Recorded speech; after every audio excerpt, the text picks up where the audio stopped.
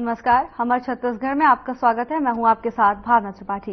रुक करेंगे प्रदेश के तमाम बड़ी खबरों की ओर। बस्तर में श्री गोचा पर्व की धूम है। 7 जुलाई से रथ यात्रा होगी। प्रदेश के मुखिया भी इस बार गोचा मेले में शामिल होंगे। देखिए ये खास रिपोर्ट।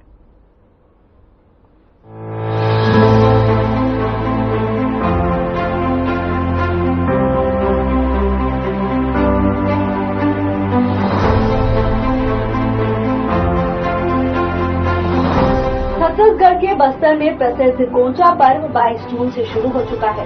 इन दिनों में भगवान जगन्नाथ की विधि विधान से पूजा अर्चना की जा रही है। इसी कड़ी में जगदलपुर में 7 जुलाई से रथ की शुरुआत होगी। रथ पर खुद भगवान जगन्नाथ सवार होंगे।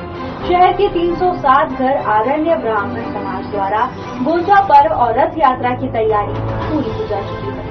इस संबंध में महिला प्रकोष्ठ की अध्यक्ष आशा आचार्य ने हमारे संवाददाता से बात करते हुए बताया कि गोचा पर्व मनाने की पूरी तैयारी कर ली गई है और पूरे प्रदेश के लोगों को आमंत्रण दिया गया है। समाज प्रमुखों ने इस वर्ष प्रदेश के मुख्यमंत्री विष्णुदेव साय को भी गोचा पर्व में शामिल होने का आमंत्रण दिया है, जिस पर सीएम ने भी आने का आश्वासन दिया है। इस वक्त हम मौजूद हैं जगदलपुर शहर के सिरहासार चौक में, जहां पर जो है गोंचा की बड़ी धूम मची पड़ी है। हर तरफ जो है भगवान जगन्नाथ जी के नारे लग रहे हैं और जो है ये आप देख सकते हैं मेरे पीछे जो आप देख सकते हैं ये जो रथ जो है यहाँ पर तैयार किया जा रहा है। आने वाले दिनों में जो है रथ यात्रा भी यहाँ पर हो रही है और जो बस्तर का जो गोंचा पर्व है वो लगभग 617 साल पुराना है और इसकी जो नींव जो जुड़ी हुई है वो जगन्नाथपुरी से जुड़ी हुई है। हमारे साथ जो है इस 360 घर आरण्य ब्राह्मण समाज के कुछ लोग यहाँ पर मौजूद हैं। हम उनसे जानने की कोशिश करते हैं कि आखिर किस प्रकार की यहाँ पर तैयारी चल रही है, क्योंकि इन्होंने जो है गोंचा पर्व को एक बहुत ही अच्छा पर्व की तरह बनाते हैं और बड़े धूमधाम से बनाते हैं। जी बताएं, अपना परिचय देते हुए। मैं 360 आरण्य ब्राह्मण समाज महिला प्रकोष्ठ श्रीमती आशा आचार्य। आज नेत्र उत्सव पर्व है और काफी लोग यहाँ पर उपस्थित हैं। सर्वप्रथम मैं नगरवासी सभी समाज के प्रबुद्धजनों को मैं नेत्रोत्सव की हार्दिक शुभकामनाएं देती हूँ, सभी को बधाई देती हूँ। हमारे यहाँ आज नेत्रोत्सव का कार्यक्रम हुआ। भगवान 15 दिन तक अंसर काल में चले गए थे, यानी अस्वस्थ थे। आज उनका नेत्रोत्सव हुआ, उनको भगवान का अंजन किए और विधि विधान से पंडितों के द्वारा मंत्रोच्चार के साथ पूजा पाठ किया गया। फिर भगवान का अलंकार किया गया, उन्हें अलंकार से सुशोभित किया गया है अभी। और गोंचा की पूर्ण तैयारी है। कल से रथ यात्रा शुरू हो जाएगी। भगवान कल रथ में विराजित होकर नगर भ्रमण करते हुए सभी नगरवासियों को दर्शन देंगे और गुंडीचा मंडप में भगवान अपने मौसी के घर विराजमान होंगे और उसके बाद सभी श्रद्धालुओं को वो दर्शन देंगे।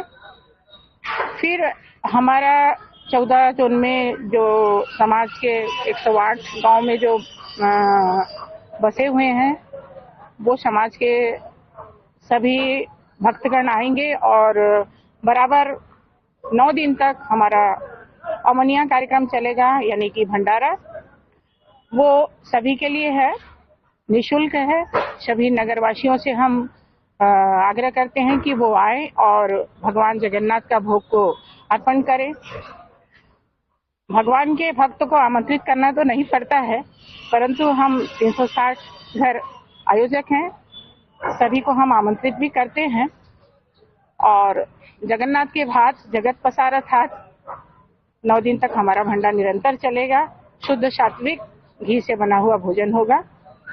और पंचमी को माता लक्ष्मी भगवान को ढूंढने निकलेंगे, जिसमें भगवान के साथ उनका विवाद होगा, एक संवाद होगा, बहुत सुंदर होगा। इसमें भी सभी हमारी बहनें सम्मिलित होते हैं।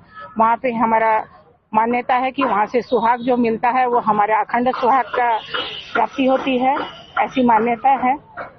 फिर बहुड़ा गोंचा होगा 8वें-9वें दिन में हमारा। फिर भगवान रथ में भ्रमण करते हुए वैसे ही नगरवासियों को दर्शन देते हुए श्री मंदिर में वो वापस होंगे। कहा जा रहा है कि इस बार गोंचा में जो प्रदेश के मुखिया विष्णुदेव साय जी भी सम्मिलित होंगे, इसमें कितनी सच्चाई है? हाँ, उन्होंने आश्वस्त किया है।